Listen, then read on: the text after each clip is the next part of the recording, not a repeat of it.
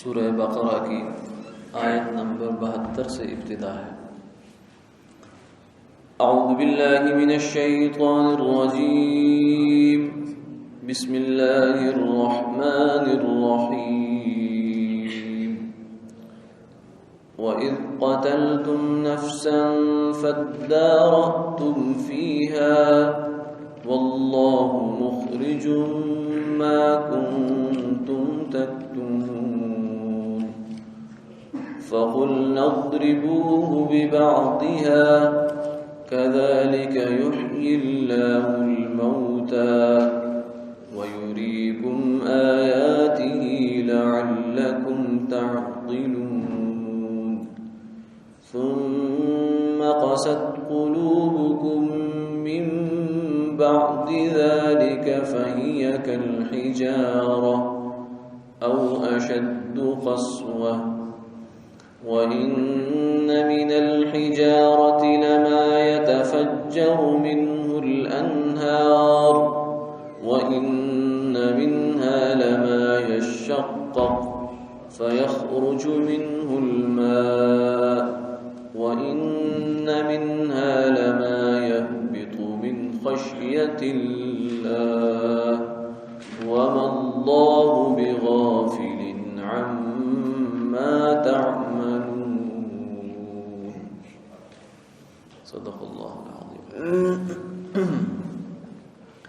اور یاد کرو اس وقت کو جب تم نے ایک آدمی کا خون کر دیا تھا اور پھر ایک دوسرے پر اس کو ڈالنے لگے، اور اللہ تعالیٰ کو اس امر کا ظاہر کرنا منظور تھا جس کو تم مخفی رکھنا چاہتے تھے، اس لیے ہم نے حکم دیا کہ اس کو اس کے کوئی سے ٹکڑے سے چھو دو۔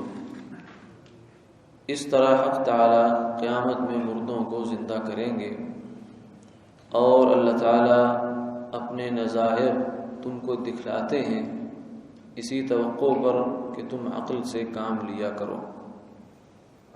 ایسے ایسے واقعات کے بعد پھر تمہارے دل پھر بھی سخت ہی رہے تو ان کی مثال پتھر کی سی ہے، یا سختی میں پتھر ان سے زیادہ، اور بعض پتھر تو ایسے ہیں جس سے بڑی بڑی نہریں پھوٹ کر چلتی ہیں، اور انہی پتھروں میں بعض ایسے ہیں کہ جو شق ہو جاتے ہیں، پھر ان سے اگر زیادہ نہیں تو تھوڑا ہی پانی نکل آتا ہے، اور انہی پتھروں میں سے بعض ایسے ہیں جو خدا تعالیٰ کے خوف سے نیچے لڑک آتے ہیں، اور حق تعالیٰ تمہارے اعمال سے بے خبر نہیں ہے۔ بنی اسرائیل کے واقعہ جو بیان چل رہا تھا اسی کے سلسلے میں ابتدائی آیت ہے کہ قتل ہو گیا تھا بنی اسرائیل کے اندر، تو ایک دوسرے پر اس کو ڈالنے لگے، کوئی کہنے لگا کہ فلاں قاتل ہے، دوسرا کہتا ہے فلاں قاتل ہے، تو الزام ایک دوسرے کو دینے لگے۔ تو اللہ تعالیٰ نے جو اس واقعے کی ترتیب ہے اس میں تھوڑی سی اس کو الٹ دیا ہے، حالانکہ اصل تمہید یہ ہے جو آج کی آیت ہم نے پڑھی، جو گزشتہ درس میں بیان ہوئی تھی وہ اس کا اگلا حصہ تھا، لیکن اس کو پلٹنے کا مقصد جو ہے وہ یہ ہے، ایک تو یہ بتانا ہے کہ قرآن پاک جو ہے وہ قصے کہانی کی کتاب نہیں ہے، یہ عبرت کی کتاب ہے، اور دوسری بات یہ ہے کہ بنی اسرائیل کو بھی جو تھا اللہ نے ایک ان کا امتحان لینا تھا کہ جب قتل کا مقدمہ حضرت موسیٰ علیہ السلام کی خدمت میں پیش ہوا تو انہوں نے کہا کہ گائے ذبح کرو، یعنی ایک ان کی جو ہے وہ آزمائش تھی کسی درجے میں کہ وہ تو قتل کا کہ مقدمہ لائے ہیں اور موسیٰ علیہ السلام فرما رہے ہیں کہ گائے ذبح کرو، اور یہ بھی نہیں بتایا کہ کیوں ذبح کی جائے، آگے کیا ہوگا، اس گائے سے آگے ہوگا کیا، اس کے چکر کیا ہے، بات کیا ہے اس کے پیچھے، وہ پھر آگے بیان کی۔ تو اگر یہ بات شروع میں ہی بیان کر دی جاتی تو بنی اسرائیل کے لیے جو ہے وہ شاید آزمائش کم ہوتی، ان کو خود پتہ چل جاتا۔ تو اس میں یہ بھی حکمت ہے اور یہ بھی ایک توجہ کے قابل پہلو ہے کہ اللہ کے حکم کے سامنے حکمتوں کی طلب نہیں ہونی چاہیے۔ جب موسیٰ علیہ السلام ان سے فرما دیا ان اللہ یأمرکم ان تذبحوا بقرہ، کہ اللہ کا حکم یہ ہے کہ گائے ذبح کرو، جب یہ طے ہو گیا کہ اللہ کا حکم ہے تو پھر اب چون و چرا کی کوئی گنجائش نہیں، کیوں کی جائے، کیا فائدہ ہوگا، کیا ہوگا، کیا نہیں ہوگا، یہ سب باتیں اللہ کے حکم کے سامنے نہیں چلتی۔ ہاں یہ البتہ ہو سکتا ہے کہ آپ یہ کہو کہ اللہ کا حکم ہے یا نہیں ہے، لیکن جب کسی بات کے اللہ کا حکم ہونا معلوم ہو گیا تو پھر اس میں کوئی چون و چرا نہیں ہوتی۔ ما كان لمؤمن ولا مؤمنة اذا قضى الله ورسوله امرا ان يكون لهم الخيرة من امره، کہ جب اللہ اور اللہ کے رسول کی جانب سے فرمایا کہ حکم آ جائے تو کسی مسلمان مرد کے لیے یا عورت کے لیے اس سے پھر گنجائش نہیں رہتی، سرتابی کی گنجائش کوئی نہیں رہتی۔ اگر سرتابی کرے گا تو پھر اپنے ایمان کی فکر ہو، پھر وہ ایمان کے دائرے سے باہر نکل کر سکتا ہے، ایمان کے دائرے کے اندر رہ کر نہیں کر سکتا۔ یعنی اللہ کو اللہ بھی مانے، نبی کو نبی بھی مانے اور ان کو سچا بھی جانے، پھر کہے کہ یہ حکم میری سمجھ میں نہیں آتا، یہ بات نہیں چلتی۔ تو بنی اسرائیل کا یہ امتحان ہوا ہے کہ اللہ تعالیٰ نے شروع میں لیا تھا، ان کو ایک حکم دے دیا اور اس کے پیچھے کوئی وجہ نہیں بتائی، کوئی حکمت نہیں بتائی۔ تو یہ بھی ذرا بات ذہن میں رکھنے کی ہے کہ اصل جو امتثال ہے اور جو پورا کرنا ہوتا ہے وہ حکم کو پورا کرنا ہے۔ حکمت معلوم ہو جائے تو اچھی بات ہے، نہ بھی معلوم ہو تو ہم تو غلام ہیں اللہ کے اور مخلوق ہیں، ہمیں کیا؟ اگر اللہ ہمیں کوئی ایسا حکم بھی دے دیں کہ جس کے پیچھے کوئی حکمت نہیں ہے تو ہم تو یہ نہیں کہہ سکتے کہ ہم یہ کام نہیں کریں۔ تو اس لیے بعض مزاج ایسے ہوتے ہیں، بعض طبائع ایسی ہوتی ہیں کہ جو اس بات کی فکر میں پڑی رہتی ہے کہ ہر چیز کی ہمیں حکمت معلوم، اگر تو صرف یہ اطمینان قلب کے لیے ہے کہ جو کام ہم کریں گے یا کرنا چاہ رہے ہیں اس میں مزید ہمیں تسلی حاصل ہو جائے تو پھر تو ٹھیک ہے، لیکن اگر اس لیے ہے کہ اگر حکمت معلوم ہوگی پھر وہ حکمت ہماری سمجھ میں آئے گی تو پھر اللہ کا حکم مانیں گے، نہیں آئے گی تو نہیں مانیں گے، یہ خطرناک بات ہے۔ اصل حکم ہے، حکمت اصل نہیں ہے۔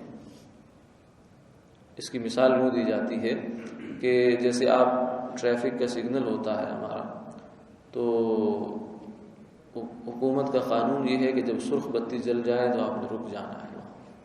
اب یہ حکم ہے، آرڈر ہے، قانون ہے کہ رک جانا ہے۔ اب اس کے پیچھے حکمت کیا ہے؟ حکمت یہ ہے کہ حادثات سے بچاؤ ہوگا، قیمتی جانیں انسانوں کی بچ جائیں گی، اگر نہیں رکیں گے تو حادثات ہوں گے، انسان جو ہے وہ مر سکتے ہیں۔ اب ایک آدمی جو ہے وہ حکمت کے پیچھے اگر پڑ جائے گا تو نتیجہ تن کیا ہوگا کہ ہر بندے کی سینس اپنی اپنی ہے۔ کوئی کہے گا کہ ابھی میں سرخ بتی اگرچہ جل گئی ہے لیکن میرے خیال میں حادثہ کوئی نہیں ہونے والا، لہذا میں نکل جاتا۔ دوسرا بھی ایسے ہی سوچے گا، تیسرا بھی ایسے ہی سوچے گا، تو پھر احکامات جو ہیں وہ حکم نہیں رہے گا، وہ مذاق بن جائے گا۔ ہر بندہ اپنے حساب سے اس کو سمجھنے کی کوشش کرے گا، اس کی تطبیق کی کوشش کرے گا، نتیجہ یہ نکلے گا کہ وہی چوک جہاں یہ سرخ بتی اس لیے جلائی تھی کہ ٹریفک اچھی طرح چلے، وہاں جو ہے حادثات شروع ہو جائیں گے۔ تو اللہ تعالیٰ نے بھی اسی طریقے سے کچھ احکامات دیے ہیں، مثلا نماز کا حکم ہے پڑھو، روزے کا حکم ہے رکھو، حج کا حکم ہے کرو، زکوٰۃ کا حکم ہے ادا کرو۔ اب ان کے پیچھے کیا مصلحتیں ہیں، کیا ہمارے فوائد ہیں، یہ ہمیں معلوم ہو جائیں اچھی بات ہے، نہیں معلوم تو بھی کام تو کرنا ہے۔ اور ہم یہ جاننے کی کوشش کریں کہ اگر ہمیں پیچھے فائدہ معلوم ہو تو پھر ہم اپنی عقل سے سوچیں کہ یہ کام کرنا ہے نہیں کرنا، کتنا کرنا ہے، تو پھر وہ نتیجہ وہی نکلے گا۔ تو اس لیے شریعت کے جو احکامات ہیں ان کا مدار جو ہے اصل حکم پر ہے، حکمت پر نہیں ہے۔ تو بنی اسرائیل جو تھے بیچارے اسی چکر میں پھنس گئے کہ موسیٰ علیہ السلام سے لم پوچھنے لگے کہ اللہ نے جو ہمیں گائے ذبح کرنے کا حکم دیا ہے اس کے پیچھے بات کیا ہے، کہانی کیا ہے۔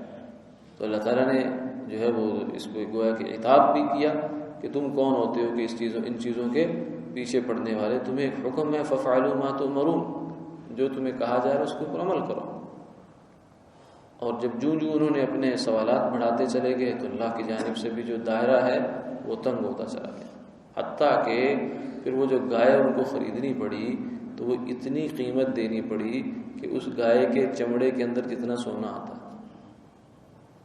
گائے ذبح کر لی گئی اور یہ طے ہوا اس گائے کے اندر جتنا گوشت ہے گویا کہ اتنا سونا، یعنی گویا کہ دوسرے لفظوں میں کہہ لیجئے کہ سونے کے ساتھ تول کر خریدی گئی. اگر ایک طرف ترازو میں سونا رکھا گیا تو دوسری جانب گائے ہے، تو جتنا گائے کے برابر سونا چڑھے گا اتنا سونا دے کر انہوں نے وہ گائے خریدی. صرف کس وجہ سے؟ اپنی طبیعت کی الٹے چلنے کی وجہ سے. ایک مزاج ان کا بن گیا تھا کہ اللہ کا حکم ایک اجمالی حکم آیا بس پورا کرو اس کو. اگر وہ پہلے حکم پر پورا کر لیتے تو اللہ تعالیٰ ان کو بہت بہت سستے چھوٹ جاتے ہیں، مگر انہوں نے حجت بازی کی، اس کی وجہ سے اور پستے چلے گئے. تو یہ جو وہمی ان کا مزاج تھا، طبیعت تھی، اس نے ان کو پھنسا دیا.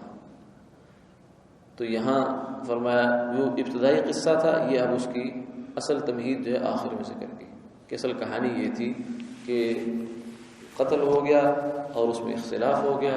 اب اللہ تعالیٰ ان کی خواہش یہ تھی کہ یہ قصہ یہ دبا ہی رہے، اس کے اوپر یہ بات ظاہر نہ ہو کہ کون قاتل ہے، لیکن اللہ تعالیٰ کو منظور تھا کہ اللہ تعالیٰ اس راز سے پردہ اٹھائیں. تو فرمایا کہ اللہ تو بھائی اس کو ظاہر کرنے والے ہیں. اور پھر یہ ہوا کہ گائے کا جب گوشت بن گیا تو فرمایا کہ اس کا کوئی سا ٹکڑا لو.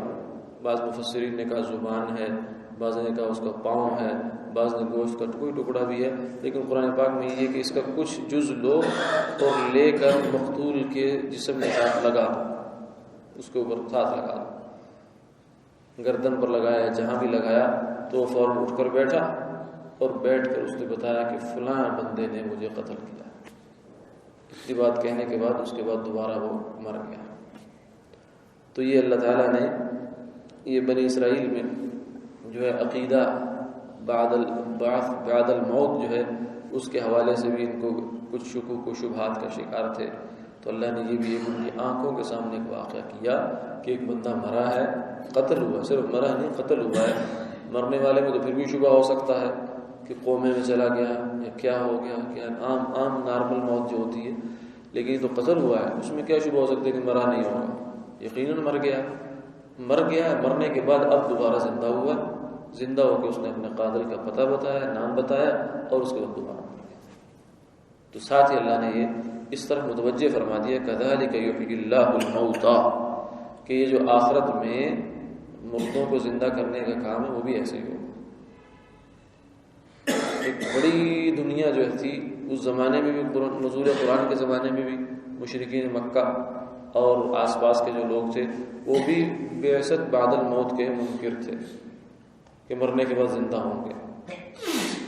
بابر بعیش کوش کے عالم دوبارہ نہیں. بابر مزے اڑا لو، زندگی دوبارہ نہیں ملے گی. حالانکہ اصل یہ نہیں ہے. اصل بات یہ ہے کہ زندگی دوبارہ ایسی ملے گی کہ پھر موت نہیں ملے گی. مرنا چاہیں گے پھر بھی موت نہیں آئے گی. اب تو کہتے ہیں کہ مر جائیں گے ہم، مر کر بھی چین نہ پایا تو کدھر جائیں گے ہم، کیونکہ وہاں تو پھر موت نہیں آئے گی. قیامت والے دن موت کو مینڈے کی شکل میں لا کر ذبح کر دیا جائے گا. نہ جہنم والوں کو جہنم میں موت، نہ جنت والوں کو جنت میں موت. ختم، قصہ ختم ہو جائے گا. تو اس لیے اصل زندگی تو وہ ہے، یہ زندگی تو خواب ہے. تو لیکن ان لوگوں کو دھوکہ لگ جایا کرتا ہے انسانوں کو کہ شاید یہی اصل زندگی ہے. تو آخرت کا انکار، اور پھر جب انسان ایک الٹی طرف چلتا ہے تو شیطان پھر اس کو الٹیاں پٹیاں پڑھاتا ہے. وہ کہتا ہے کہ من یحیی العظام وہی رمیم، ہڈیاں جب بوسیدہ ہو جائیں گی، ریزہ ریزہ ہو جائیں گی، خاک ہو جائیں گی تو کون زندہ کرے گا؟ قل یحییھا الذی انشأھا اول مرہ وہو بکل خلق علیم. فرمایا کہ ہاں زندہ کرے گا، وہی کرے گا جس نے پہلے ایک نطفے کو زندہ کر کے انسان بنایا. الم یک نطفۃ من منی یمنی ثم کان علقۃ فخلق فسوى الیس ذلک بقادر علی ان یحیی الموتى. کتنی سامنے کی بدیہی حقیقت ہے جس کے اوپر شیطان پردہ ڈال دیتا کہ جو قدرت، جو خدا ایک پانی کے قطرے سے انسان کو وجود دے سکتا ہے تو کیا وہ دوبارہ سے انسان کو زندہ نہیں کر سکتا؟ عجیب ایک جو ہے بے وقوفی ہوتی ہے جس میں شیطان انسان کو مبتلا کر دیتا ہے. تو یہ لوگ بھی اسی طرح کے شکوک و شبہات میں مبتلا تھے. فرمایا کذالک یحیی اللہ الموتى، اے لوگوں مردے ایسے ہی زندہ ہوں گے. جیسے یہ ایک دم زندہ ہوا نا اللہ کے حکم سے، تو ایسے ہی ہوگا. یہاں بھی فرمایا کہ اس کا گوشت کٹوا کر لگایا گیا، زندہ جانور کو نہیں لگایا گیا کہ کہیں یہ شبہ نہ پڑ جائے کہ شاید اس کی زندگی اس کے اندر شفٹ ہوئی ہے، منتقل ہوئی ہے. وہ احتمال ہی ختم ہو گیا کہ بے جان گوشت ہے، ٹکڑا ہے، اس کو لگایا گیا اس کے ساتھ. کیونکہ اصل تو اللہ کے حکم ہے. کائنات کے اندر تو جو کچھ بھی ہے یہ تو ہمیں صرف دکھائی دیا کرتا ہے، حقیقت تو اللہ کا حکم چل رہا ہے. آگ لکڑی کو چھوتی ہے، لکڑی جل جایا کرتی ہے. ہم سمجھتے ہیں کہ آگ نے جلایا ہے. آگ کہاں سے جلاتی؟ آگ اگر جلاتی ہوتی تو ابراہیم علیہ السلام کو بھی جلاتی. ہم سمجھتے ہیں پانی ڈبو رہا ہے، پانی کہاں ڈبوتا ہے؟ تو اللہ کا حکم ہوتا ہے. اگر ڈبو سکتا ہوتا تو موسیٰ علیہ السلام اور بنی اسرائیل کو ڈبوتا. صحابہ اکرام رضوان اللہ علیہ مجمعین ایران کے جب فتح کرنے کے لیے گئے تو سمندر سامنے دریا آ گیا. تو لوگوں نے کہا یہ کیا کریں؟ تو انہوں نے دیکھا اپنے لشکر کو، جو امیر لشکر تھے، انہوں نے دیکھا کہ تم میں سے کوئی جو ہے وہ نماز کا تارک تو نہیں ہے، کوئی کسی کبیرہ گناہ کا مرتکب تو نہیں ہے. چلو گھوڑا ڈال دو. سمندر میں گھوڑے ڈال دیے اور سمندر کی دوسری جانب چلے گئے، اور گھوڑوں کے سونگ بھی جو ہیں وہ گیلے تھے. پانی تو اللہ کے حکم کا محتاج ہے، ہر چیز اللہ کے حکم کے اوپر چلتی ہے. تو اس لیے اصل تو اللہ کا حکم ہے. کذالک یحیی اللہ الموتى، فرمایا کہ اللہ مردوں کو ایسے زندہ کریں گے. ویریکم آیاتہ، اور یہ قدم قدم پر تمہیں نشانیاں دکھا رہے ہیں کہ تم سمجھ جاؤ. لعلکم تعقلون، ہو سکتا ہے کہ تمہیں عقل آ جائے. ثم قست قلوبکم من بعد ذلک، فرمایا کہ لیکن اس سب کچھ دیکھنے کے باوجود، اللہ کی قدرت کی اتنی بڑی بڑی نشانیاں دیکھنے کے باوجود، اے بنی اسرائیل تمہارے دل سخت ہو گئے. فہی کالحجارہ او اشد قسوہ، وہ ایسے ہو گئے جیسے پتھر ہوتا ہے، بلکہ پتھر سے بھی آگے بڑھ گئے. کیونکہ پتھر میں پھر بھی اللہ کی ہیبت سے، اللہ کے جلال سے یہ کرشمے نظر آتے ہیں. وَإِنَّ مِنَ الْحِجَارَةِ لَمَا يَتَفَجَّرُ مِنْهُ الْأَنْهَارُ، کچھ پتھر پھٹتے ہیں، ان کے اندر سے چشمے نکلتے ہیں، اور چشمے نہروں کی شکل میں بن جاتے ہیں. یعنی اتنا پانی نکلتا ہے کہ وہ نہر بن جاتی ہے. حالانکہ ہم کہتے ہیں پتھر دل ہے فرق. تو یہ گویا کہ پتھر ہمیں مخاطب ہو کے کہتا ہے کہ تم کسی کے، انسان جب سخت دل ہو جاتا ہے تم میرے ساتھ تشبیہ دیتے ہو، میں تو اللہ کے خوف سے یہ کرتا ہوں، تم کیا کرتے ہیں؟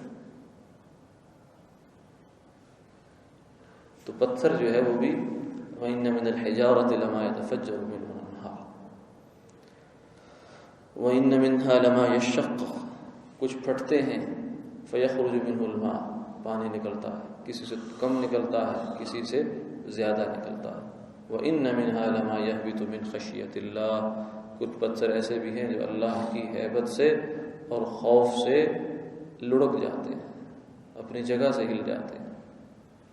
یعنی ان پر جو ہے وہ اللہ کی عظمت کا اور ان کی جو ہیبت کا جو اس حد تک غلبہ ہوتا ہے، وہ جیسے لرز جاتی ہے کوئی چیز.